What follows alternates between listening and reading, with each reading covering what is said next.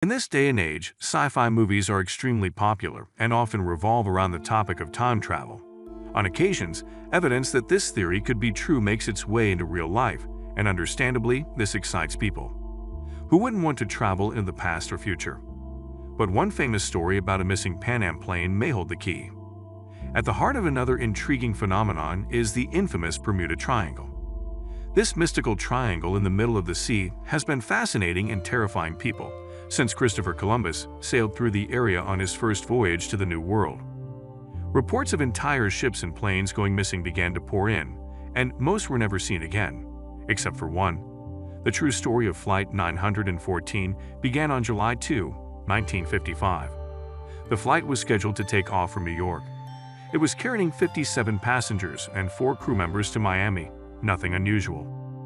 However, nobody could have expected that Pan Am Flight 914 would experience a bizarre chain of events that have baffled skeptics and historians to this day. The plane took off from the airport in New York as expected, but it wasn't long before air traffic controllers noticed something truly strange. The plane disappeared off everyone's radar as if it had blipped out of existence. Nobody could explain how or why it had happened.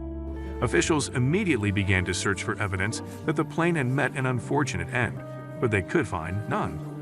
61 people were unaccounted for, gone without a trace, that is, until 37 years later. After trawling all the areas on the plane's route, authorities found nothing. They chalked the plane's disappearance down to a crash. But why had no bodies been found, or indeed parts of the aircraft?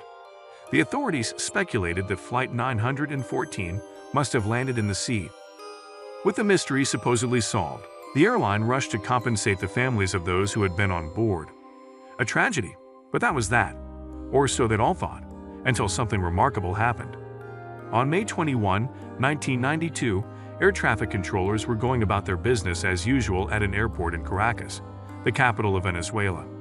It was around midday when a DC-4 Douglas aircraft seemingly appeared out of nowhere.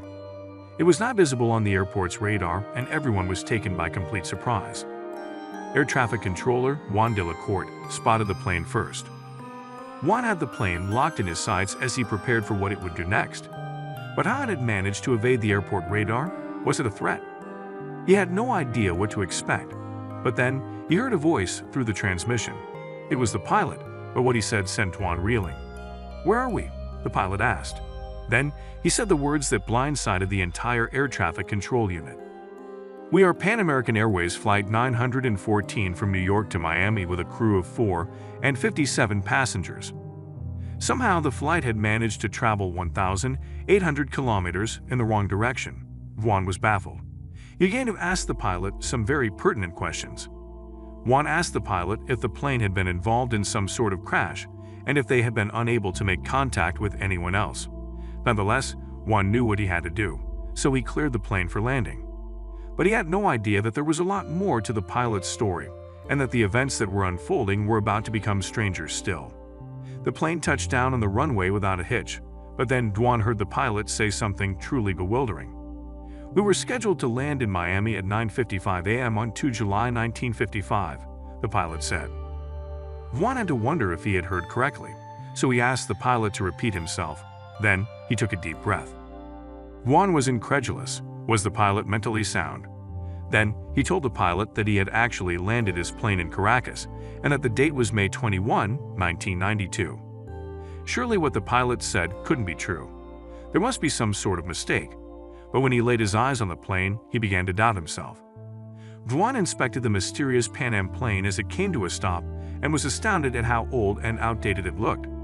The aircraft looked very different from the ones he was used to seeing. In fact, it looked like it belonged in another era. But he needed to talk to the pilot to find out what was really going on.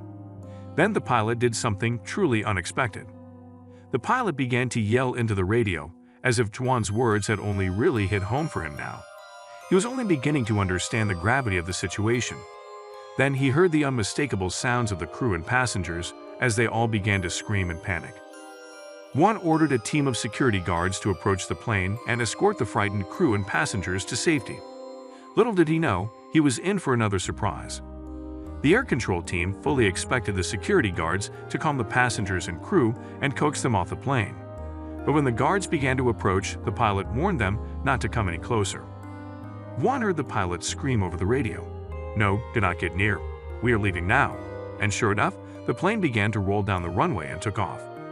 Juan looked for the plane on the radar once more, but it was still untraceable. Subsequently, the airport sent 3 jets to try to track the Pan Am flight down, but to no avail. But this was not the end of the story. Just hours after the plane had left Caracas, it was spotted again. This time, it had landed in Miami.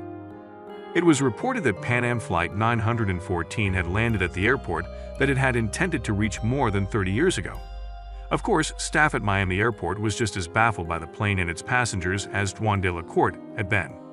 But when they checked their records, they found that the pilot's story checked out. This was indeed the same plane that had never arrived back in 1955. The staff at the airport had many questions about this mysterious plane. They interrogated the crew and passengers for hours, but they couldn't make sense of any of it. In the end, they decided to let the families go home to their families. But there was a startling detail about the people on Flight 914 that indicated something far stranger was at play here. The families who were reunited with their loved ones after believing them to be deceased were truly unsettled by the way they looked. Apparently, the entire crew and all the passengers looked exactly as they had back in 1955. They hadn't aged at all during the 37 years that they were missing. And another mystery is how the plane was still operational after so many years. So, what really happened? Over the years, many theories about the disappearance and re-emergence of Flight 914 have been presented.